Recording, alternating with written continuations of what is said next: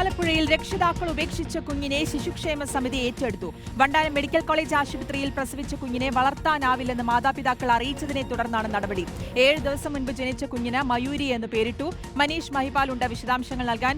മനീഷ്, ഏറ്റവും സങ്കടകരമായിട്ടുള്ള കാര്യം സ്വന്തം അച്ഛനും അമ്മയ്ക്കും വേണ്ട എന്ന് പറഞ്ഞ് ഉപേക്ഷിക്കുന്നു എന്നുള്ളതാണ്. എന്തായാലും ആ കുഞ്ഞിനെ ശിശുക്ഷേമ സമിതി ഏറ്റെടുത്തിരിക്കുന്നു. ഇനിയിപ്പോൾ അടുത്ത നടപടിക്രമങ്ങൾ എന്തൊക്കെയായിരിക്കും? ഇപ്പോൾ ഇതാ 4 മാസത്തിനിടെ 5 കുഞ്ഞുങ്ങളെയാണ് രക്ഷിതാക്കൾ ഉപേക്ഷിച്ച രീതിയിൽ പിന്നീട് ശിശുക്ഷേമ സമിതി ഏറ്റെടുത്തത്. അങ്ങനെ അവിടെ നിന്ന് ആശുപത്രിയിൽ നിന്ന് തന്നെ അങ്ങനെയുള്ള അറിയിപ്പ് വരുന്നതിനെ തുടർന്നാണ് ആശുപത്രിയിൽ എത്തി ശിശുക്ഷേമ സമിതി കുഞ്ഞിനെ ഏറ്റെടുക്കുക. ഇപ്പോൾ ഇന്നലെ ഉണ്ടായ സംഭവം വണ്ടാനം മെഡിക്കൽ കോളേജിലാണ്. അവിടെ ആശുപത്രിയിൽ പ്രസവിച്ച കുഞ്ഞിനെ വളർത്താനാവില്ലെന്ന് മാതാപിതാക്കൾ ആശുപത്രിയിൽ അറിയിച്ചു. തുടർന്നാണ് സറണ്ടർ നിയമപ്രകാരമാണ് കുഞ്ഞിനെ ഏറ്റെടുത്തത്. 7 ദിവസം മുൻപ് ജനിച്ച കുഞ്ഞിന് മയൂരി എന്നാണ് പേരിട്ടത്. തീരുമാനത്തിൽ മാറ്റമുണ്ട്. അതായത് ഈ മാതാപിതാക്കൾക്ക് കുഞ്ഞിനെ വിട്ടു നൽകുന്ന കാര്യത്തിൽ എന്തെങ്കിലും മാറ്റമുണ്ടോ എന്നറിയാൻ 60 ദിവസം കാത്തിരിക്കും.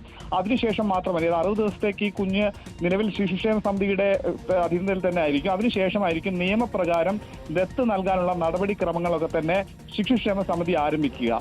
ശ്രുതി.